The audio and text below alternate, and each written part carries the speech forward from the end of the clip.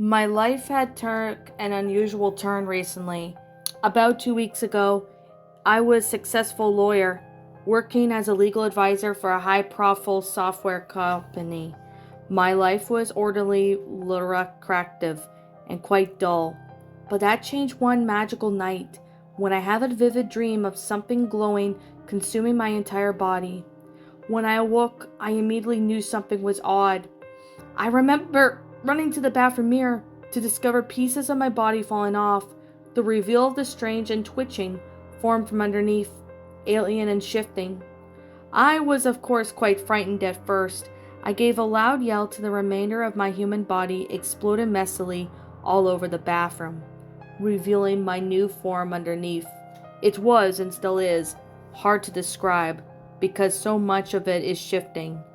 There we were great red eyes blinking and gazing, appendages like huge spiders' legs twitching and grasping the air long enough that it seemed to fold in and stand out of my human form. Massive maw-like folds over the ashen black skin that had a whole host of strange and otherworldly organs, too bizarre for me to put the words back. I panicked and ran through my apartment. My screams were coming out as sickening gurgles from bubbling pores and of my vaguely humanoid body. I soon fainted from the shock. When I awoke, I was again covered in my human body, regenerated over my alien form. When my new body was done, this I cannot say, but it gave me so much to think about as I was cleaning up my mess I had made of my apartment. I could not go to the authorities, as I would surely be locked up and studied, so as long as I was still myself, I decided to keep it a secret. And then the next day I went shopping. Yes, you guessed it, all over everything. There was a panic in the grocery store as my exploded human bits were sprayed over a large area, and my alien form was revealed to the public. I ran away quickly in confusion.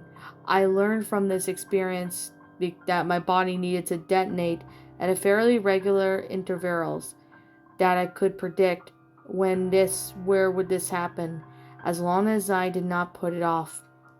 At first, I confined my daily detonations to my own bathroom, maintaining my work and social life. But as this provided to be messy and time-consuming, I began to rather have a depraved, almost exhibitionist desires to tell you the truth.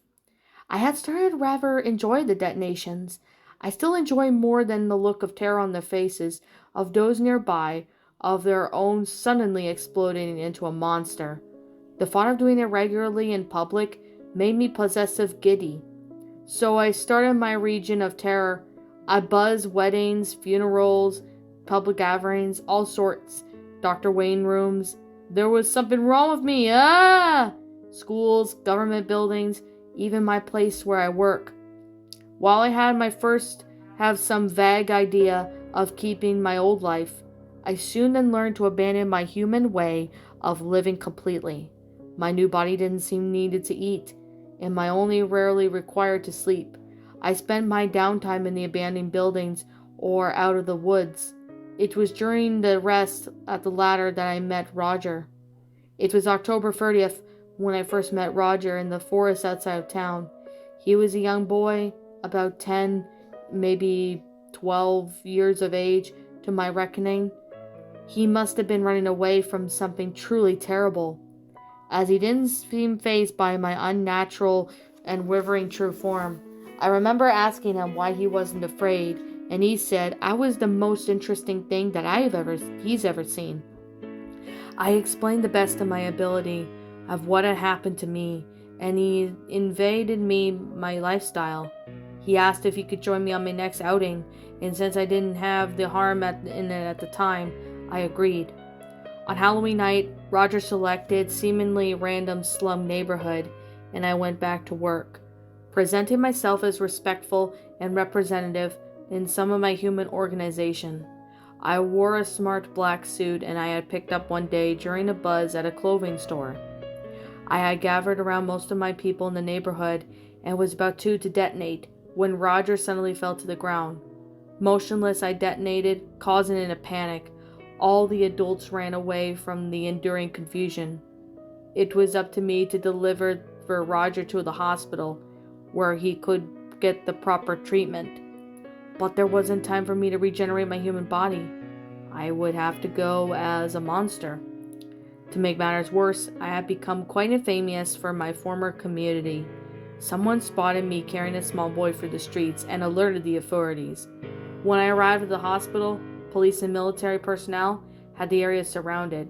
I did not know how my body would hold up in the bullets, but I was not eager to find out. I tried to speak, but I could only gargle in my natural form. When the man in charge gave the order to fire, I ducked into the hospital for cover. Fortunately for me, none of the men present were brave enough to come in after me, so I fired off randomly into the lobby where I hid from sight. After a few minutes from this, the gunfire stopped as I sat there motionless with Roger in my arms. I noticed that the shooting hit something flammable, starting a fire that was spreading rapidly. The man outside must have seen it, as there was a great deal of shouting. Knowing the smoke would surely kill Roger, I decided to brave my wrath of my enemies. I boldly strudel outside, my human body again starting to form across my alien hide. I walked up to the man in charge, gently handed Roger to him. As he noticeably stunned and offered no audible protest, just as quickly I re-entered the hospital. The fire was spreading pretty quickly now, and could not be extinguished by any device present. I imagined the fire department was on its way, but by the time they arrived, it would surely be too late for the other patients. There was only one thing I could do. I breathed in deeply, and then proceeded to give the longest detonation I have ever done. Blood, mucus, and other body fluids rained over the large area. Bits of my alien body flew off in a great rain of carnage. That act left me tired and drained, but it worked. The flame was extinguished before it could grow any larger. The lobby of the hospital was now covered in wet gore. Tired as I was, I knew it wasn't a good idea for me to hang around. I quickly ran out of the back and into the nearby alley. The police and military had their hands full with rescuing hospital residents, so I had enough time just to escape. The next day I read the newspaper. The headline read, "Mr. Messy Bits saves small boy in hospital from fountain of gore." To my amazement, my story gave a few favorable review of my actions. And the night before, the writers had decided that the local monster that had been terrorizing their community had acted selfishly to save those threatened by the fire, and that it seems like the creature did not mean to cause harm. I would never have believed that I could have ever received such praise, but it made me rethink of who I was and what was the purpose of my life would have. Mr. Messybits, eh? To my relief, Roger made a full recovery. He met up with me again as soon as he was well enough, and the two of us went out together as partners in crime. That is why it was the best Halloween ever.